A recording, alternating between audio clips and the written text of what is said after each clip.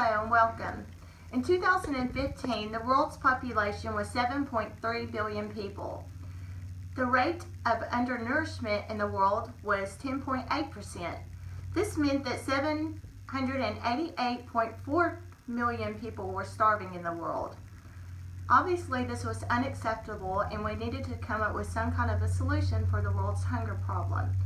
One of these solutions, created in the last few years, is genetically modified foods, also known as GM foods. Most people have an opinion on this subject, but most people are not actually informed enough to form a good opinion because they do not know the many benefits or the risk associated with GM foods. The gene revolution is being called the second agricultural revolution. There's much controversy over the biotechnology used to create GM foods. Or what the science is. Minsu Ganian gave a very technical definition of biotechnology, but basically, biotechnology is the process of changing the DNA to create a new and improved product. Some supposed facts have already been proven to be false about GM foods. A large amount of info should be noted when learning about GM foods, such as there are many wonderful benefits to them. One is that the foods help accelerate the growth of underdeveloped countries into industrialized countries quite quickly. Another thing is it reduces malnutrition, which reduces the starvation rate in these countries.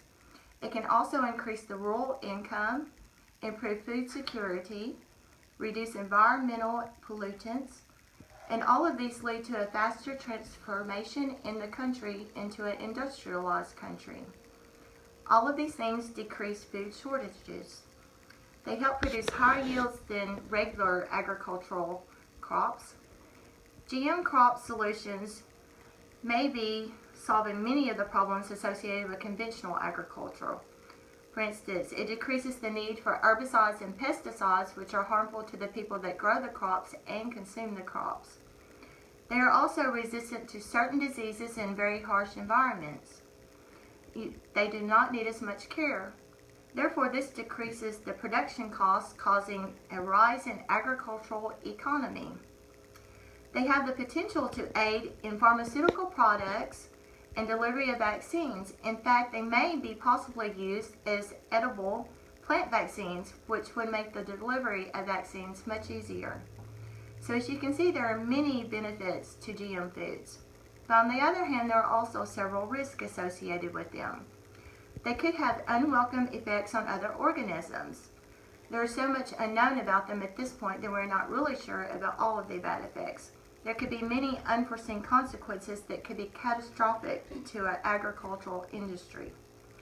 This causes much fear in many consumers, as well it should. They also lead to super weeds being created, which cannot be killed by weed killers. They cause untargeted variety of gene flow, causing new species to be created that were never supposed to be created in the first place. They also threaten crop diversity because these crops yield so many crops of the same kind. They also can create hygiene concerns to the general public, such as allergens in children. They could create new toxins and viruses also, for which we have no cure at the moment. So, as you can see, although there are many benefits, there are also many risks.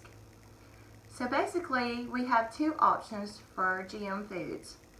On the one hand, either they are really great because we can feed more people, which means a lower starvation rate. We will have lots less malnourished men, women, and children, and more countries will be more quickly industrialized. But on the other hand, they create health risk. There is an overpopulation of weeds, and it can create a monoculture among the agricultural industry. So basically, you have to weigh the risk against the benefits and decide which outweighs the other. So, in conclusion, are genetically modified foods the solution to end world hunger, or should we keep searching for another solution? Thank you. Enjoy your evening. Okay now.